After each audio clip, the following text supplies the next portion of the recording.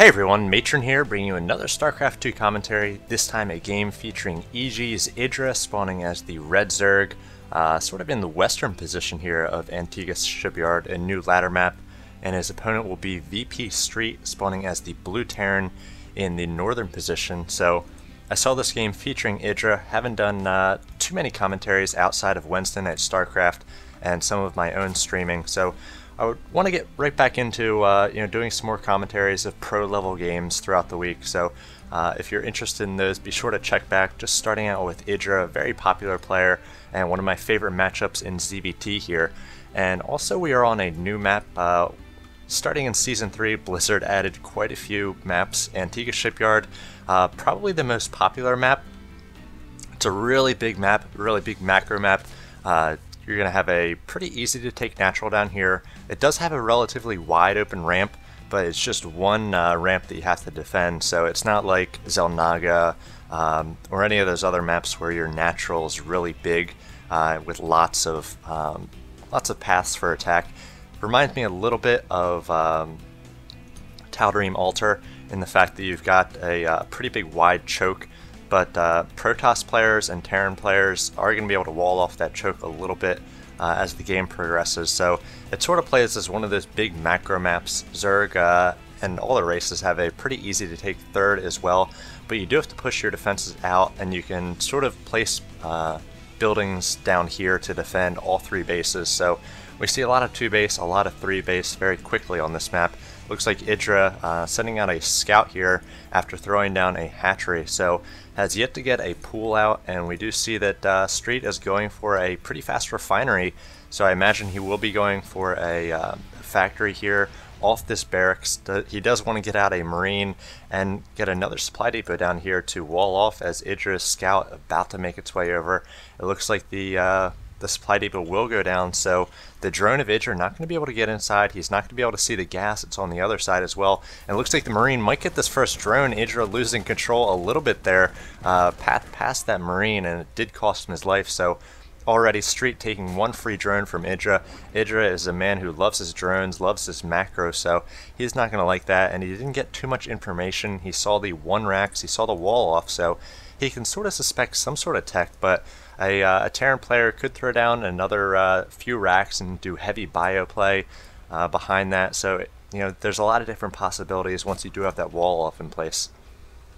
And it's going to be very difficult for IdrA to get an Overlord into position before about the 5-minute, 5:30 mark as well. So he's going to be relatively blind, and it looks like Street moving out with 3 Marines. So we're going to see what he's able to do with these 3 Marines. I like players establishing and putting some pressure on Zerg at the very start of games. We see right now IdrA coming out with his 2 Queens and has yet to come out with any more than these 2 Lings. So he wants to use these Lings to scout, and they are going to meet these Marines. So the Marine's going to take down the Lings very quickly. I don't actually think, just 1 hit on a Marine. So now IdrA does have these Queens, but the Marines will see how much damage they're able to do. They might be able to focus down an Overlord, which is pretty big at the start of the game here. Forces another 100 minerals out of the Zerg player, and it looks like the Queen with the range of just 3 here with her ground attack, and the Marines with a range of 5 actually going to be able to outrange this Queen. So if they're able to pick off a Queen, that could be pretty big. And we do see IdrA having to produce a few more Lings. He's got 4 back here ready to attack with the Queen.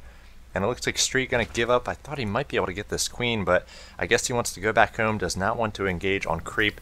And we see back in his base he is getting up a command center as well as a tech lab on this factory. So we'll see whether he goes for Blue Flame. I imagine he will be doing that, yep, as he just has the 1 gas. Typically if you're going for siege tanks with heavy bioplay, you need more than the 1 gas. So it's going to be a Blue Flame Hellion expand. So he might try to hit some sort of timing here with a number of Marines and a Hellion. Back at IdrA's base, we see him just droning up. He's up at 30 compared to the 24 of Street.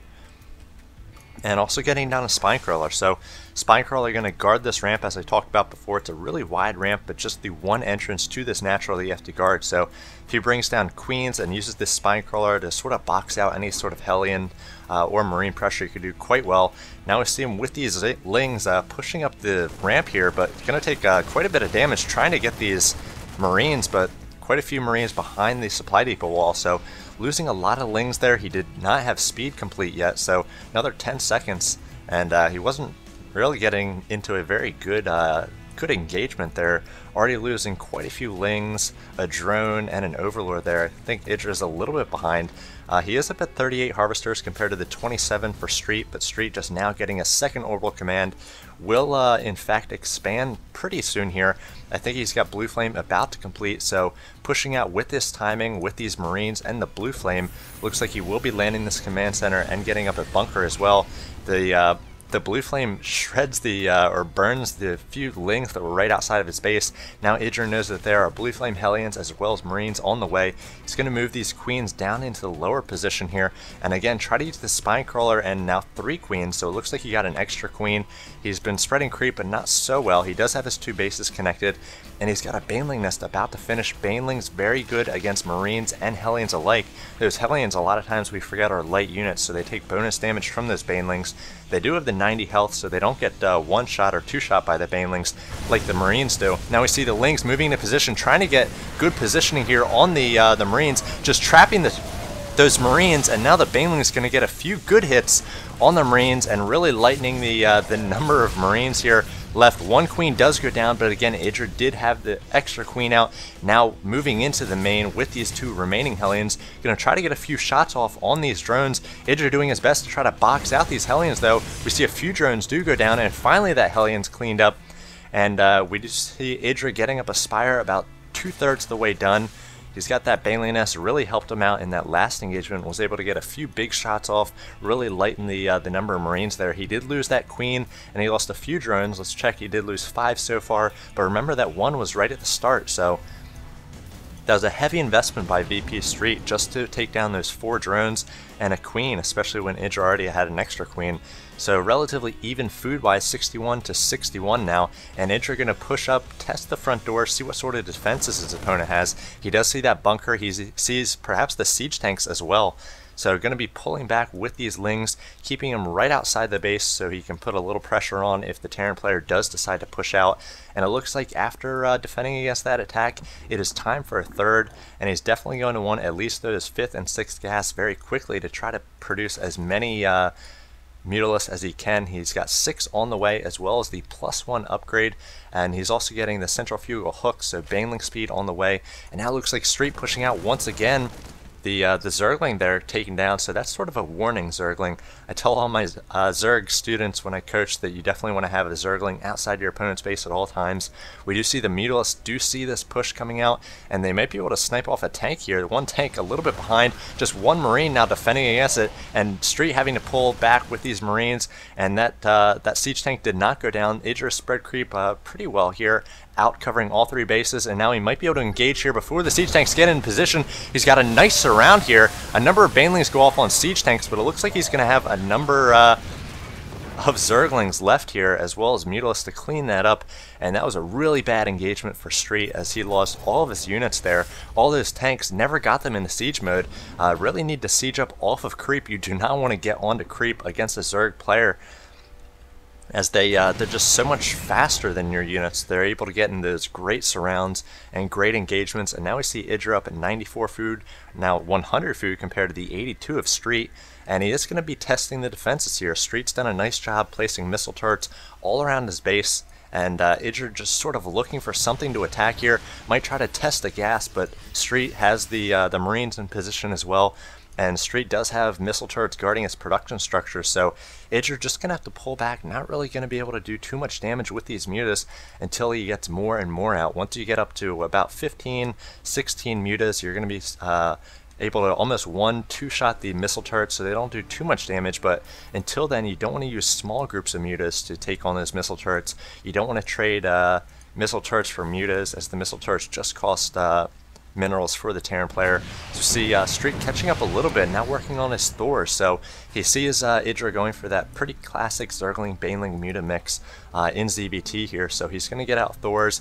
I really think he needs to keep going with tanks as well, just to protect himself against those Lings. Thors and Marines is what he has mostly at the moment, and it looks like he's coming out with a Hellion, so sort of a hodgepodge of mech units, but also keeping a very strong Marine presence as well, triple pumping those. And now we see IdrA, he's got about 16 Mutalisks, now 17, so he's going to start taking on these missile turrets, and again, it's going to be 1 or 2 shots. They do have their +1 upgrade, so no mutas will be traded for these missile turrets, and he's going to be able to force these workers off the mineral line.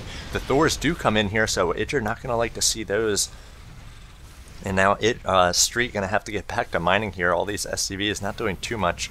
But again, IdrA perhaps going to be a little bit more careful with these mutas now that he sees the Thors are on the field.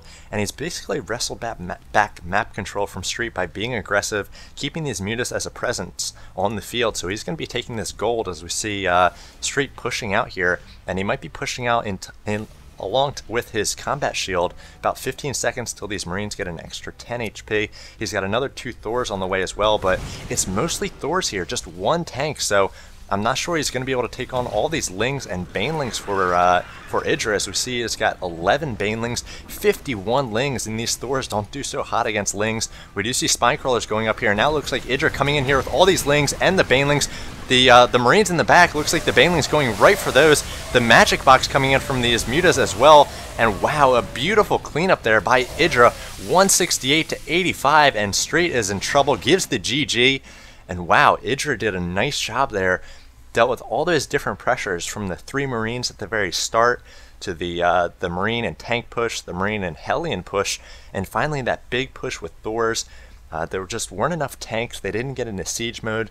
There weren't any Hellions as well to try to take on all these Lings. And IdrA just plays a nice, safe macro style. Really isn't very aggressive with these mutas. He's aggressive in the fact that he dances around his opponent's base, and he sort of forces Street to be on the defensive at all points in time, but he's not going to just run willy-nilly into missile turrets here and lose mutas. If we check the units lost tab, it is 6,300 to 3,300, so Street definitely at the losing end of that comparison, as IdrA basically forced twice as many losses. So IdrA, a very strong macro player, a very defensive macro player as well, just using those mutas to poke and prod and eventually absorbing those attacks and doing a nice job of doing it.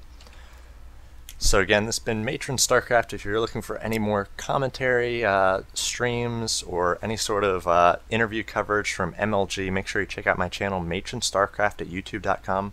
Thanks for watching this one. Take care.